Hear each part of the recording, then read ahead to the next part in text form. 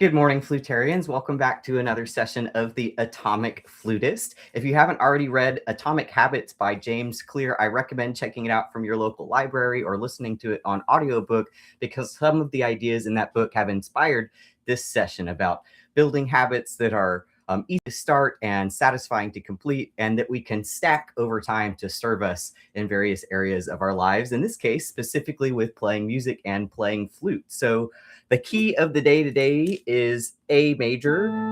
So I'm going to put on a little drone tone, and today will be mostly technique, but let's start with maybe a 30-second or 2-breath improvisation on just the first 3 notes of the A major scale: A, B, and C sharp.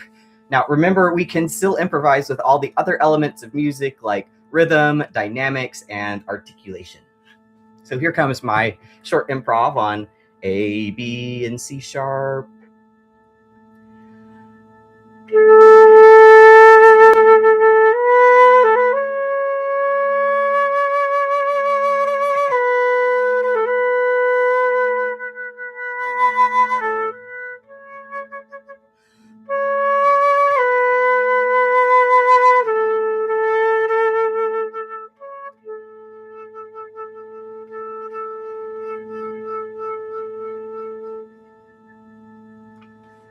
All right, let's start warming up that low register. In my opinion, the lowest register on the flute is the foundation for a beautiful upper register.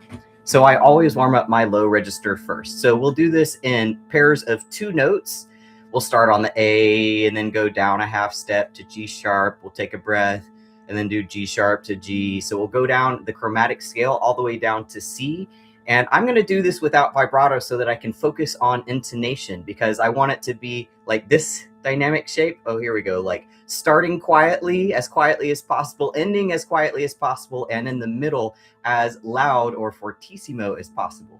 And we know the flute tends to play sharp when we play loud, and it tends to play flat when we play quiet. So I'll be doing what I can to compensate for that tendency. So here comes A to G sharp.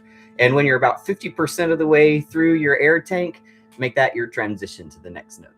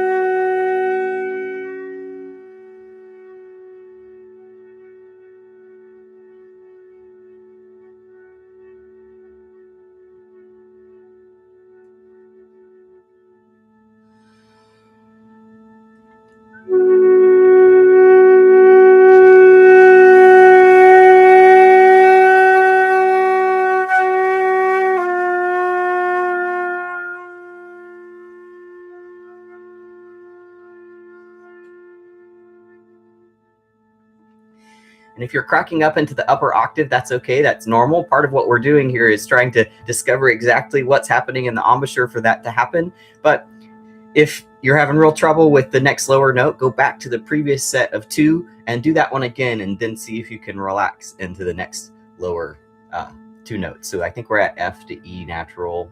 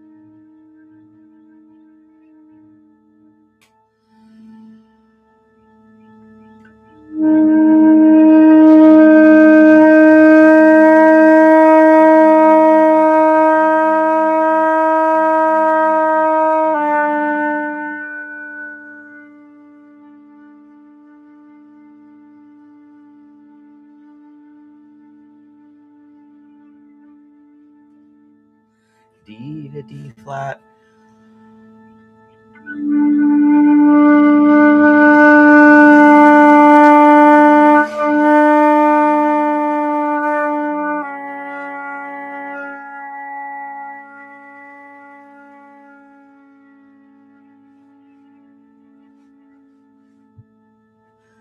I guess if my breaths seem extra long, you could try and do 2 pairs of 2.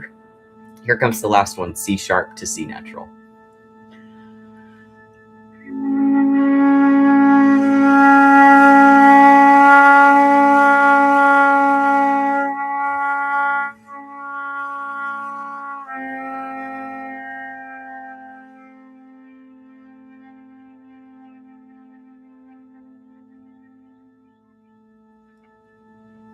Okay, let's go back up to this A.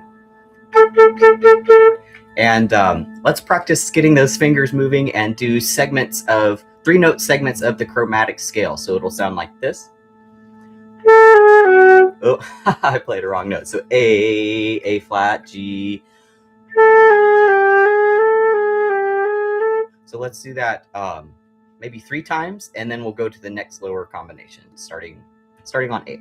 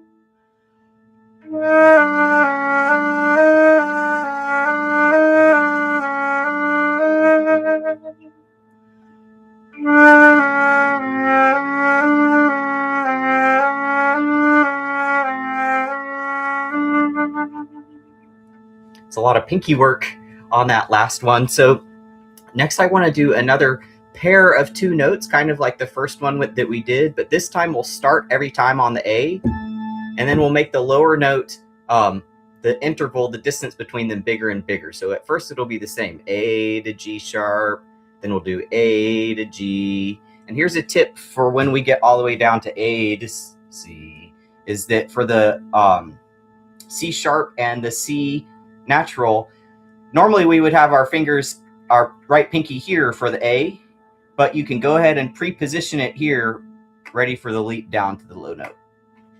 So let's do A to G sharp, again with the crescendo and decrescendo. Also, I've been noticing lately that for the low notes, the aperture in my embouchure is more flat, like a pancake shape as opposed to round. So be noticing what changes in your embouchure as we go lower.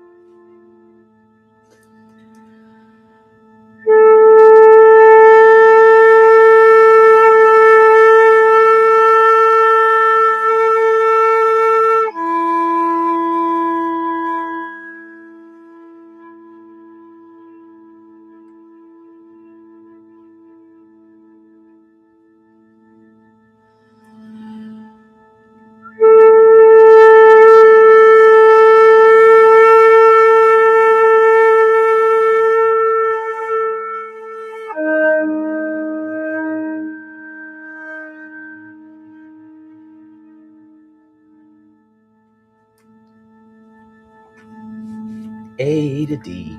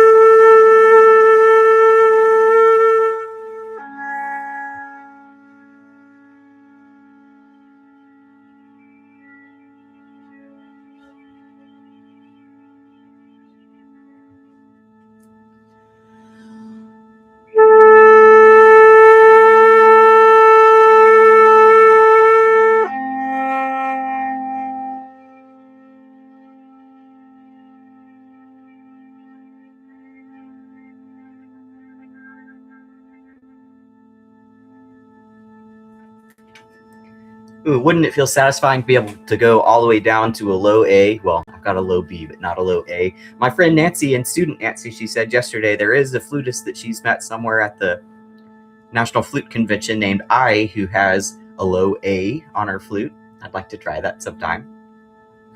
Okay, let's practice vibrato with intention for a minute or two.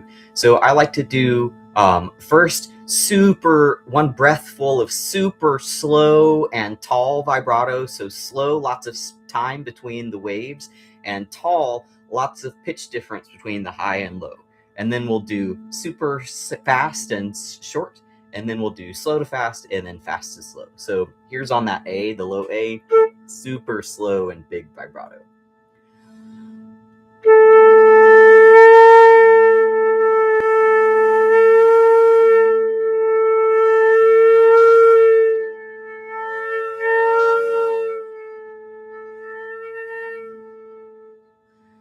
Here's super fast and small.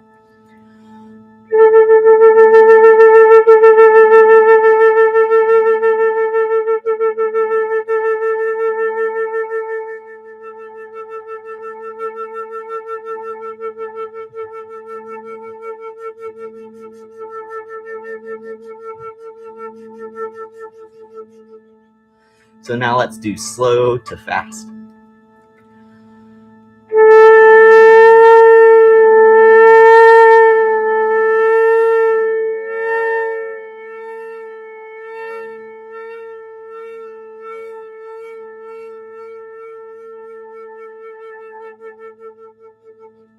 Now let's do fast to slow.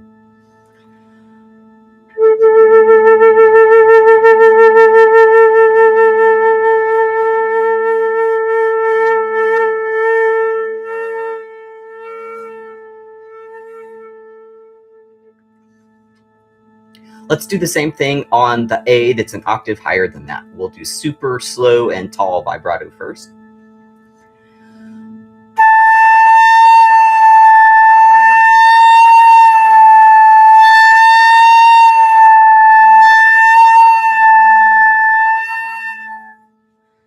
Now super small and fast.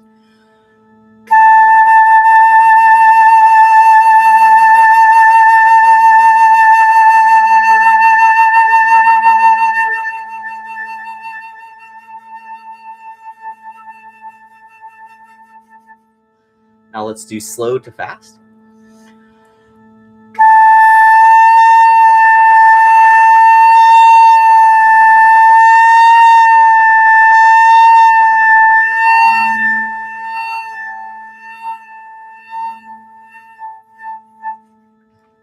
Started running out there at the end. This one, the slow to fast, I think of it like a bouncing ball.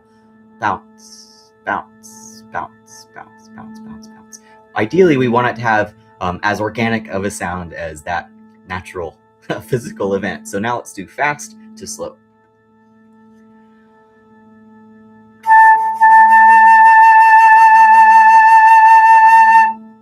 Yeah.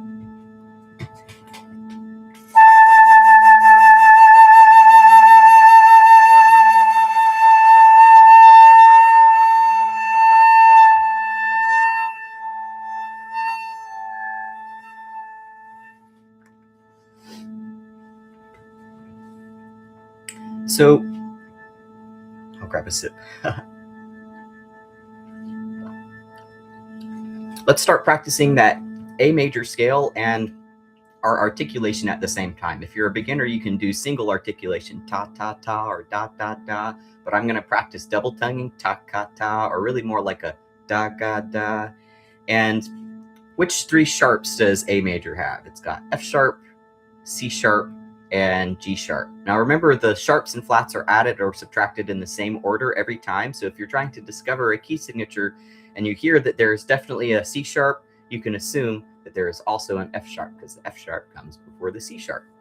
So I also think it's a good idea to practice our scales starting and ending on every note.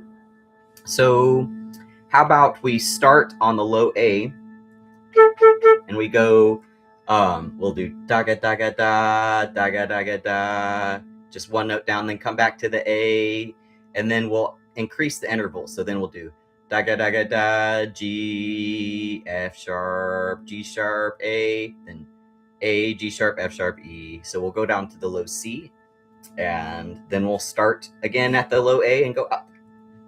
Da ga da ga da, da ga da ga da, da.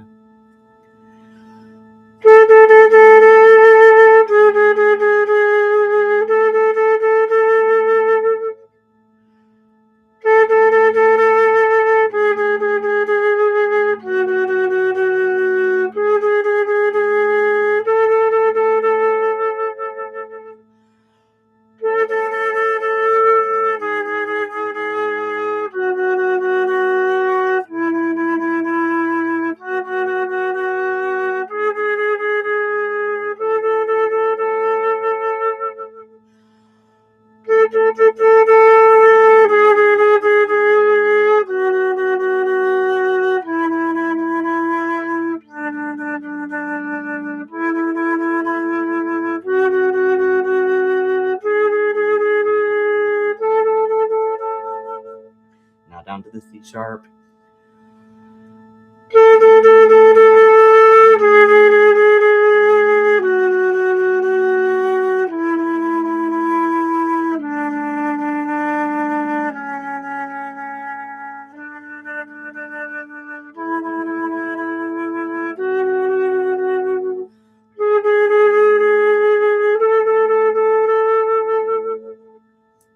So with the tongue, we want to only for the briefest portion of a second stop or pause the air. We don't want the tongue to really interfere with the airflow too much. So let's start again on that low A and start building the scale up one note at a time.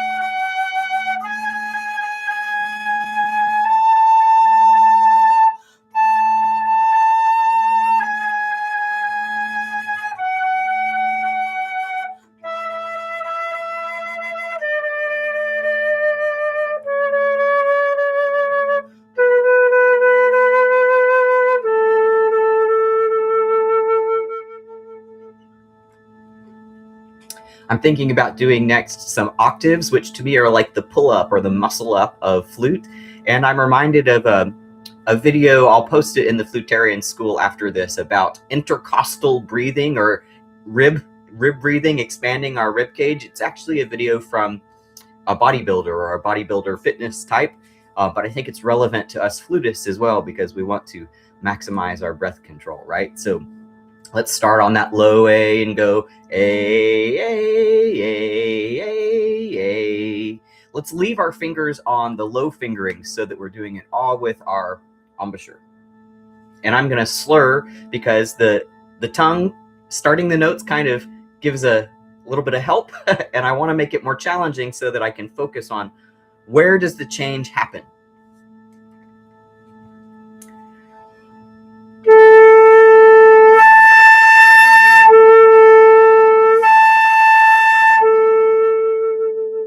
Now B.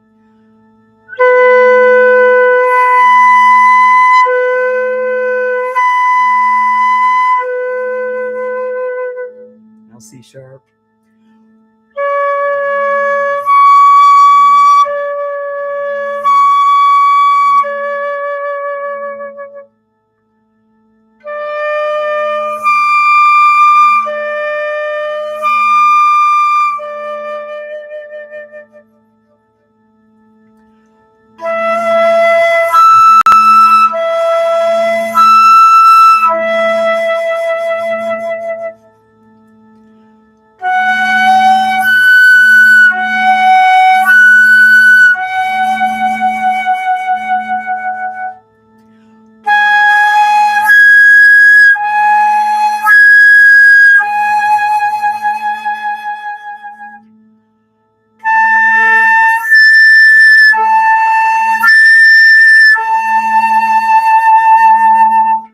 Let's do the same thing, but start high and go low.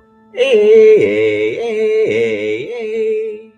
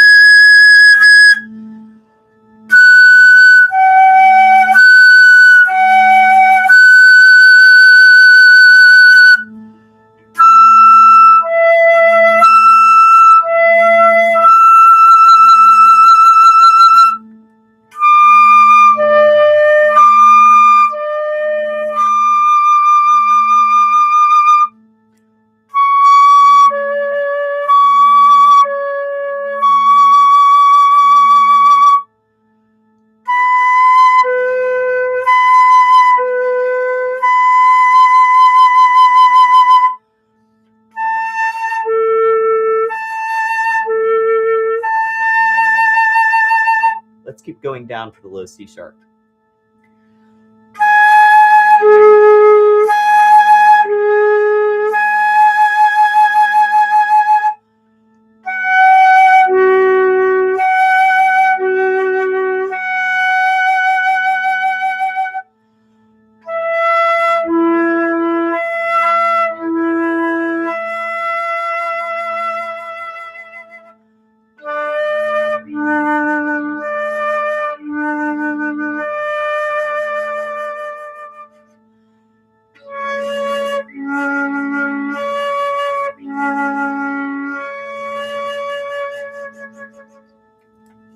All right, maybe a little bit of this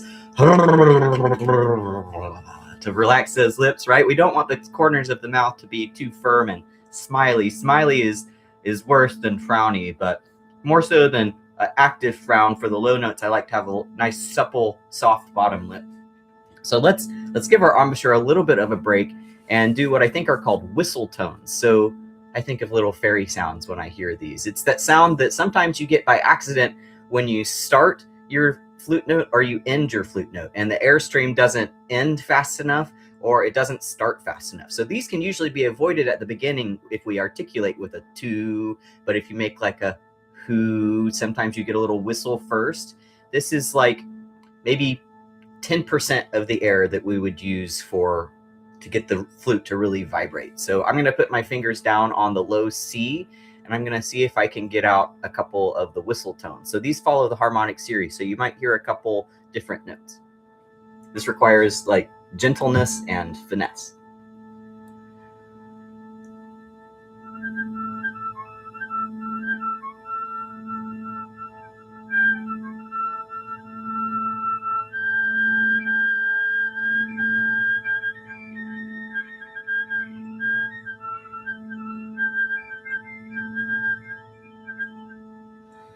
I've heard a couple of professional flutists say they use these whistle tones to warm up backstage without being heard in the front.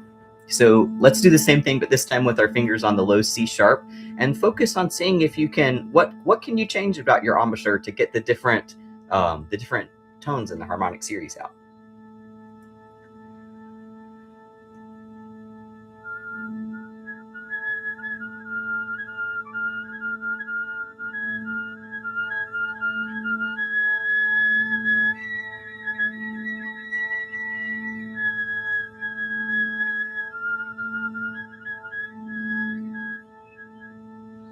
Let's do one more of those with our, let's try it with our fingers on D.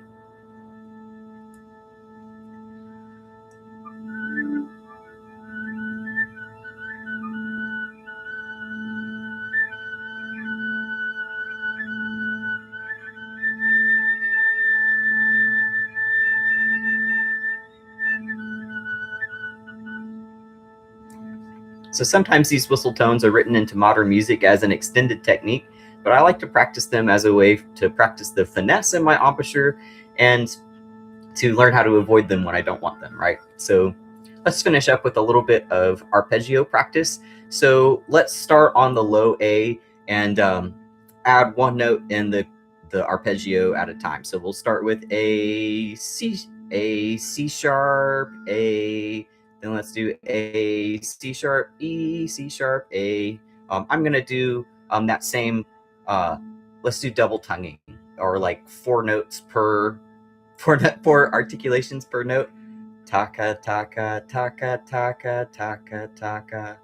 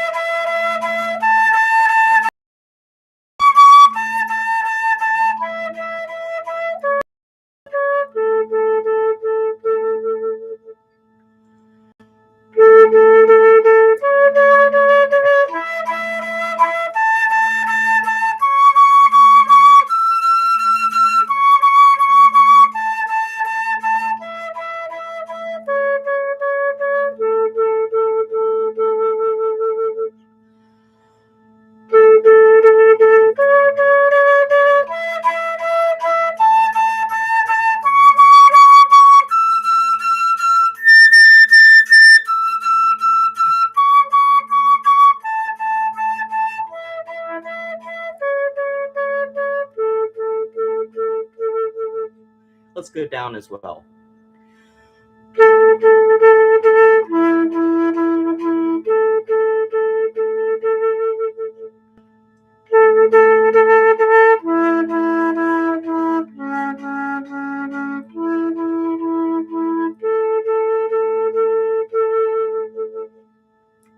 And for fun, let's try a little bit of flutter tongue for one note. I'm going to try starting with the flutter tongue, stopping the flutter tongue, starting the flutter tongue, stopping the flutter tongue. And if you can't do it, it's okay, but it's good to practice trying it. This is so helpful for the embouchure training because with all the vibration from the flutter, it really causes us to have to focus those muscles and focus our mind to get the note out at all. So I'll do this on the low A.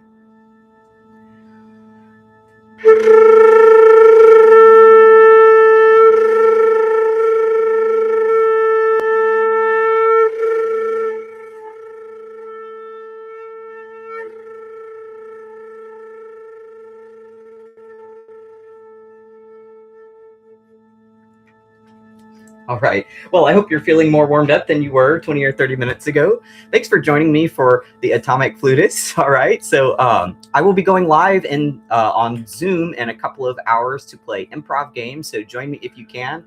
Also, check out the Flutarian School. There's conversations happening there.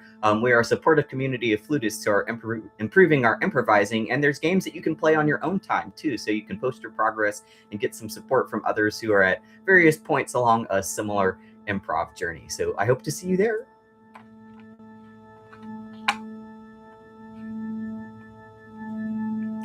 Bye.